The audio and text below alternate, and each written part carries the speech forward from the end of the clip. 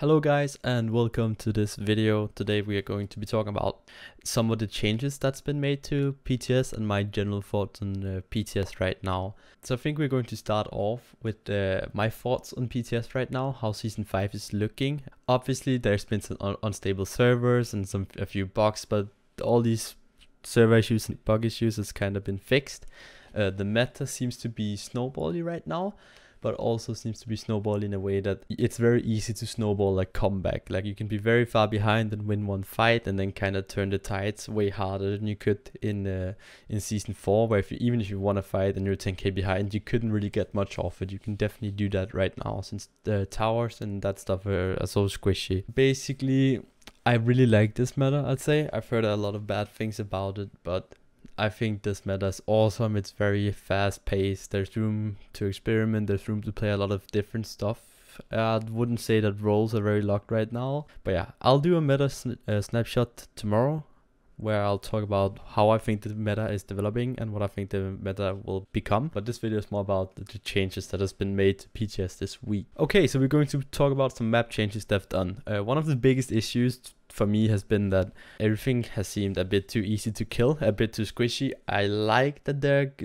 jungle camps and objectives are a bit easier to kill right now, but I think it was too easy and Hi-Rez had tried to make up for this. So what they actually did is they increased Gold Fury's health per minute from 225 to 275.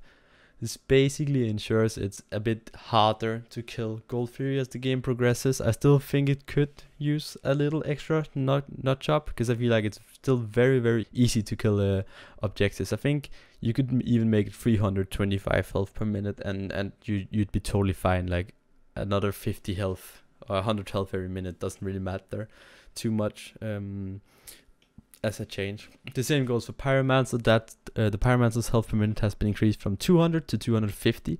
So Pyromancer is actually the easiest to kill objective on the map right now, but I would argue that Pyromancer is actually better than Gold Fury right now, especially since Pyromancer now gives gold. Gold Fury gives 300 gold right now at 25 minutes, which is where all the objective, is it 24, 27? Something around that, where all the objectives, they stop scaling with gold. So like Gold Fury gives you 300 at max. The same goes for Fire Giant is 300, and I think Pyromancer is 175 gold. But I would actually value Pyromancer passive for the extra 125 gold. So Pyromancer is definitely probably, I wouldn't say the best value, because the best value on the map is obviously going to be Fire Giant, especially enhanced Fire Giant, which they've added. Fire Giant has seen health increase from 175 to 225. Kind of like it as well. I think I'd like to see 50 more notch up. You've added 5 XP per minute to Fire Giant and enhanced Fire Giant. I really like that. I think Gold Fury in Season 4 gave way too much compared to what the other objective gave, and seeing that Fire Giant should be the strongest buff in the game, sometimes it was actually worth it. Let's say you were getting Fire Giant as the winning team, defending team, or like the losing team could go and do gold, and they would actually gain a lot more from it. They'd be ready to defend. So you can still do that. That mechanism is still obviously going to be a part of the game, but Fire Giant actually matters more, which encourages more fights around Fire Giant. And then they have reduced lane minion gold per 3 minutes from 1 to 0.5. So lane minions will give you 1 extra gold every 3 minutes, which stopped at 25 minutes. Well, it didn't actually have a cap, but it has a cap now. I really like it. I think minions give way too much gold, which allowed you would have your items online insanely fast compared to your experience level, right? Like you'd be full build at level 17, 18, like, and because base stats matter so much in Smite, that meant that everyone was kind of just running around and one-shotting each other, which wasn't the funniest thing in the world. So I really like this change. Reduce the gold a bit. I really like the pace of the game. Maybe add a bit more XP early, take a bit XP out of it in the mid game. But we'll talk about a lot more about this whole meta tomorrow. So they've also reduced jungle camps gold per 3 minutes from 2 to 1.5. Pretty much the same. And lane and jungle camps scaling now capped at 21 minutes. Okay, so it's actually 21 minutes. That means that it's going to be 3.5 extra gold to minions and 10.5 extra gold to jungle camps, which seems pretty fair, right? I really like the scaling. Also, probably means you won't have these super long games anymore, and I kind of like that, honestly. You aren't really going to have those super early games anymore, even though you can get towers and phoenixes pretty early on. It's a bit harder to end now, I reckon. So yeah, that's pretty much it for the map changes. Moving on to item changes, we've seen a few very strong items that has been nerfed now. We have Mage's Blessing, which got a decreased bonus damage on abilities from 30 to 25, and it got decreased MP5 from 3 to 2 per stack. Now Mage's Blessing was really strong and still is super strong, so I really like this nerf. You could run it on a lot of Guardian, obviously all the mages, you could even do it on Hunters, on junglers, like soul laners, everyone kinda had. Hunter's Blessing is seeing an increasement in MP5 from 5 to 10. I like that as well. Hunters seem to like run all the time, so it makes a lot of sense to me. Warrior's Blessing has also been buffed. It's increased itself from 50 to 100 and added 40 mana restored per guard damage trigger. So the passive is every time you hit, I believe it's an enemy guard, like take damage or hit an enemy guard with an ability. It can proc once every 10 seconds. You gain 40 health and 40 mana now or something like that. It was pretty underwhelming because it was only health before compared to the other blessings, so I kind of like the way they're going with this. Sadly, a Warrior's Blessing is removed by the time I'm recording this video. It should hopefully be fixed and back out before that, so it's gonna be really interesting to see how Warrior's Blessing is going to play out, because it's not the best for in combat fighting, but like kind of poking around it should be very strong, especially for what it's meant for, right? Warriors. Moving on to Obsidian Shard, Titan's Bane, Spell Focus, and Warrior's Bane has also seen changes. The description and design updated to apply all percentage pen to guards only, even the non-scaling part. Now what this means is that theoretically Titan's Bane, Warrior's Bane, Shard, Spell Focus should only be doing percentage pen to guards, although that's not how it works for now. We don't know if it's a bug or if Hi-Rez are going to do a classic and say working as intended and change the wording. But it works on towers, it works on minions. Right now it works on jungle buffs as well, and Titan. I'm pretty sure it works on Titan as well. Titan's Bane and Obsidian Shard. The tooltips, kind of this whole change says it shouldn't work, but it actually does work. So we'll see what Hi-Rez does about it, but for now, the tooltip is actually incorrect because the percentage pen works on everything. Moving on to Typhoon's Fang, it got a updated description basically to make the items effects more clear. A lot of these effects are very unclear. Again, any tooltip errors, unclear tooltips, report them to Hi-Rez, you know. Be nice, just tell them, you know what, this doesn't make sense or this is wrong, here's a grammar error, and they will fix it. Typhoon's Fang increased healing gain from lifesteal and thus allows higher lifesteal than 65 cap. The power bonus from lifesteal from this item is not affected by the other parts of the passive. Basically, Typhoon's Fang was very unclear what it did. There's a lifesteal cap, but it actually allows for higher lifesteal, if that makes sense. So you can't go over a certain amount of lifesteal threshold, but with Typhoon's Fang will still account the lifesteal you're going over the threshold in the passive. It was very hard to understand. I think it makes more sense now. Hardened Urchin, they fixed an issue where the timer that regenerated the shield was stopped after death. Obviously that was actually really annoying to play with. Having a fully stacked Urchin and you're like, oh no, that really sucks. Gauntlet of Thebes, this is really big. I thought Gauntlet of Thebes was super strong, as I mentioned in my item build guides yesterday, sorry. But now it also stacks of jungler assist and monster assist. I talked about it yesterday as well, but like this is super strong right now. I don't see it. I think they're going to balance it out a bit more, tweak it and kind of play around it, but we'll see. So Gauntlet of Thebes has also received one more change since we made this video. Basically, Gauntlet of Thebes is an aura of 10 physical and 10 magical prot now, instead of an aura of 20 magical prot. I hardly believe this is a pretty good buff to it, because in my opinion, physical defense does better than magical defense. And Reinforced Boots got an increase from, I think it was 1400 to 1550. Basically, you could rush Reinforced, you couldn't rush any other boots. It didn't really make a lot of sense that it was the only boot to rush, right? So that's changed. That's good. I like it. So moving on to guard changes, Anubis has had a new passive description update.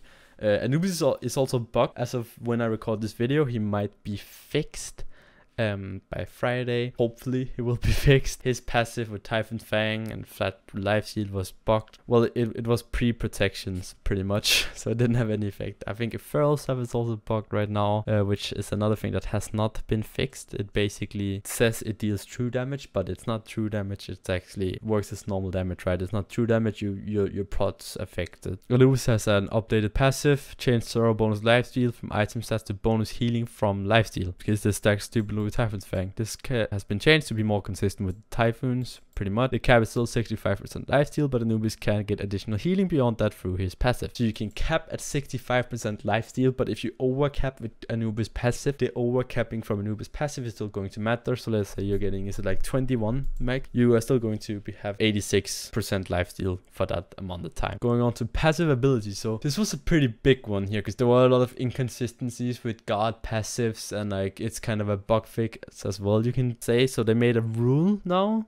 that kind of counts for the blessings. So it basically says all guards who have passive abilities that can deal damage should trigger items. Okay, so it's like Athena Reach, passives that do damage, Erlang, Shen, Doggo, Izanami, Backswing, Sernanus 1, Susanoo. And then they made this general rule which applies unless listed below. So we're going to read out this rule, and then we're going to read the guards which it doesn't apply to, because there was some balance issues. So the rule is these abilities will trigger ability based passives by default. Mage's Blessing, Spear or Magus. Many guards who fit in the above character have their bonus damage listed as basic attack damage. Those who trigger basic attack items, Hunter's Blessing and Telkine's Ring. Any guards that are not listed here should adhere to the rules above. Some guards have their own item trigger effects that should be described in their abilities. Now these are the guards that don't adhere to the rules. You have Sernanus. Sernanus passive does not trigger any item effects. People were curious if it triggered Mage's Blessing, was one thing where we were really scared of. Izanami triggers them only on the first target hit, so actually Izanami triggered on the backswing as well. They fixed that now. Izanami as well was really strong, because a Hunter's Blessing double procced on her. Erlang Shen applies debuffs 2x and damage at a reduced fraction. What debuff could it be? It could be Toxic Blade, right? It still double applies, but let's say you have a kin or a crit or whatever, you aren't going to crit for 500 on the dog if you're going Erlang crit, or you aren't going to hit for 40 extra kins.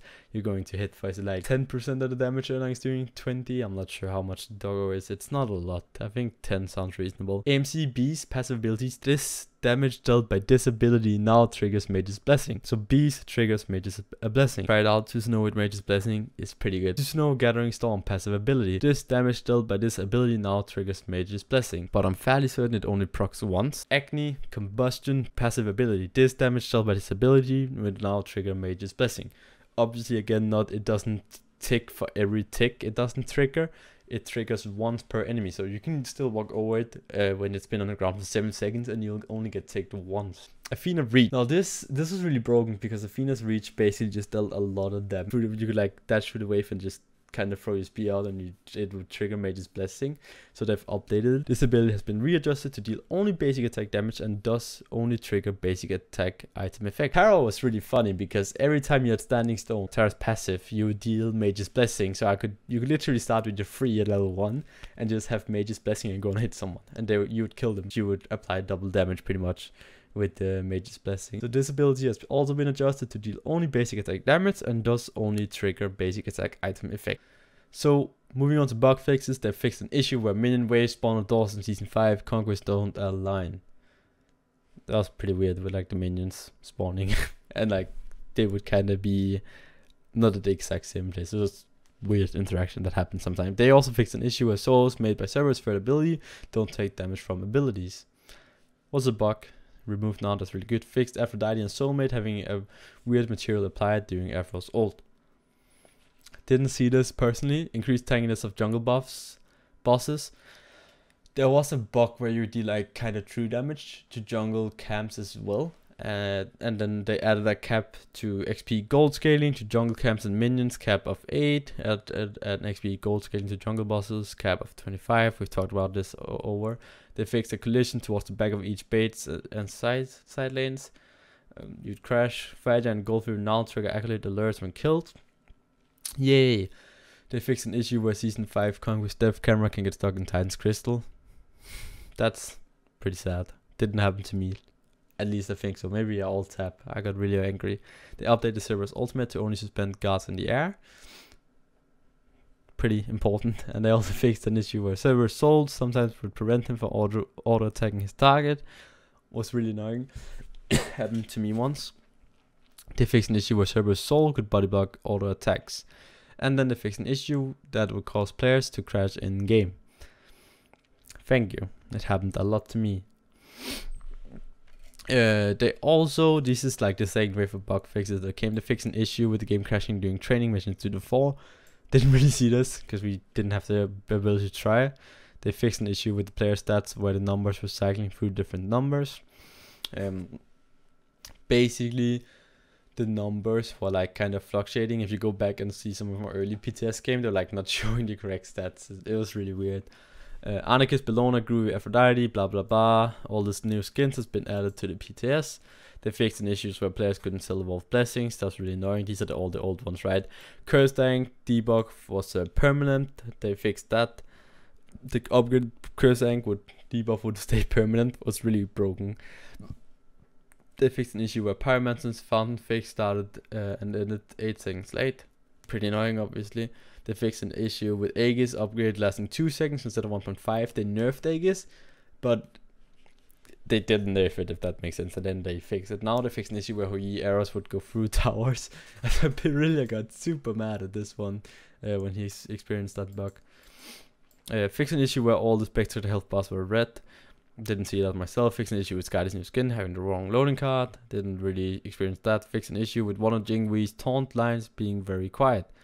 Now this is very, very important, because when you're going to spam taunt someone as Jingwei, as you fly away, as you are escaping with your extremely aggressive playstyle, because people who play Jingwei are very aggressive players, right? They always just dash in. They don't just farm up and kind of push you out a bit. Kind of worried if I can say that word still.